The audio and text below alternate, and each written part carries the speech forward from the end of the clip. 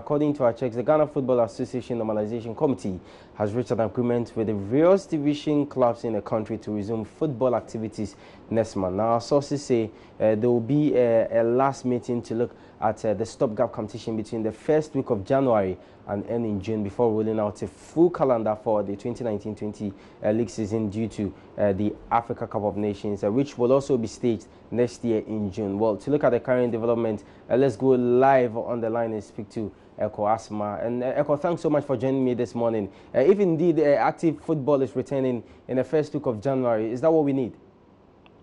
Thank you very much. It will be well in order. I think the public is gradually getting wetted up for football, local football. At least we've had some friendlies here and there, and Manchester Protocol is getting ready to venture into Africa. So at least our appetite is getting wetted gradually. But yeah, definitely it will be in order. Should it just be active football, or it should be a proper organized league, not any other competition? I don't think there's any need to rush. My disappointment, though, is that for myself, the clubs that met the normalization committee did not talk about Division 1 league. They just talked about Premier League. And that's a lack of leadership. I'm very disappointed if that's the case. But you would think that they'll be interested in the Division 1 league too, because they recruit from Division 1. Exactly. And if they're just thinking about Premier League, it's just too selfish an interest from their part for me to even want to support it. I would think that because they want football to get back on the calendar, they want to pull along Division 1, from where they recruit. Okay. And where the relegated clubs go in hibernation to come back to the Premiership. So they should have thought about the interest of the Division 1 League too. So if they're just thinking about their interest only, which has been a problem for Ghana football, and given the hierarchy of the FA, only thinking about themselves, and you don't think that with the Premiership hierarchy, only thinking about the Premier League, would actually reinforce the belief in certain quarters that those maybe jockeying for position are still remnants of the same old administration, and that not much would change unless some grand rules are made to make sure that those who would ascend to that hierarchy would actually be selfless and be putting Ghana first. As is with this negotiation so far, the Premiership club's angle doesn't tell me that they're really thinking about Ghana football. It's just me. It's very disappointing. Well, we'll see how that will go. And then my other disappointment is that I haven't heard any talk about women's football. Football is not just about men's football. The women's game has improved better than the guys' game, given the evidence of the results.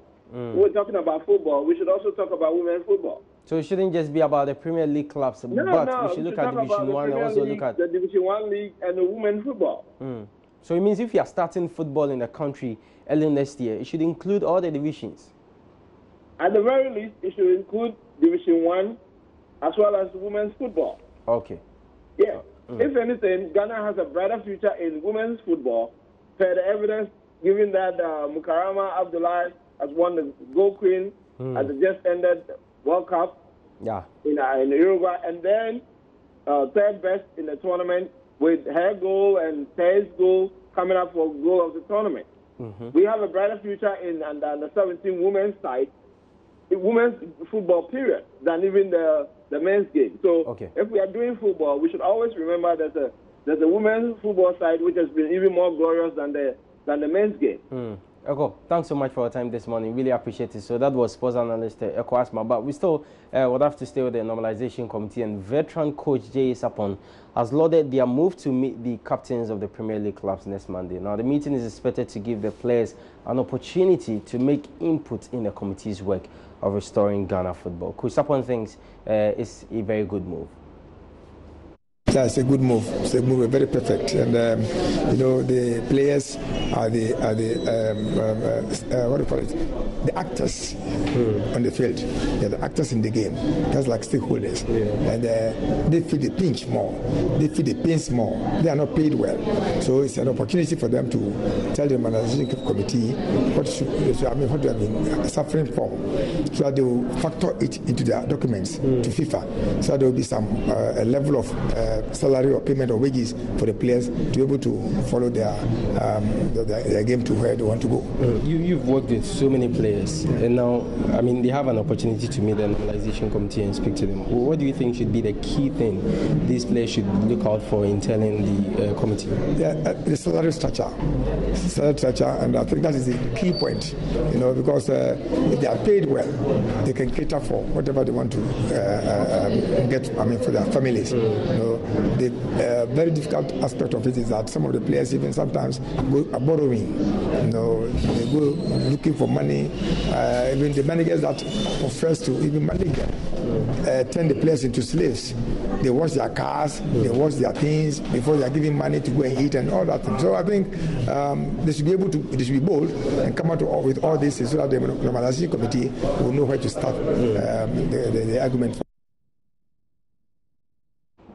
All right, so from the normalization committee, let's do some other stories. Now, National Sports Authority Board Chairman Kojo Banajman has cautioned Ghana against bidding the 2019 Africa Cup of Nations hosting rights after Cameroon were stripped off by the Confederation of African Football last week. Now, since that announcement, there have been calls for Ghana to put in a bid after successfully hosting this year's Women's Africa Cup of Nations from November 17 to December 1. However, Kojo Ban, a former member of Parliament for Asante Achim North, has dismissed those calls and insists government remains focused on hosting the 2023 All-Africa Games. Ghana is not ready to host this 24th Nations team tournament. Just a few days ago, we were done with the 8-team AFCON, and I'm not saying that we don't have the needed facilities, but when you look at the time frame and the facilities that is at our disposal now, there's a lot of work to be done. And looking at the time, I fear that I will say that Ghana is cool. Ghana is ready to host the rest of Africa men's football in 2019. And you should bear in mind that there is a bigger platform that is available for Ghana in 2023. That is the All-African Game. If we have any planning, if we have any spending, if we have any expenditure, if we have any development of our facilities, that is what I think that we should be looking at, not just rushing to grab anything that comes as football tournament. All right, so on that note, we have to end sports this morning here on AM Show. Thanks so much for your company. Join us at 2 on Sports Today for more sports. I'm Benedict Toes.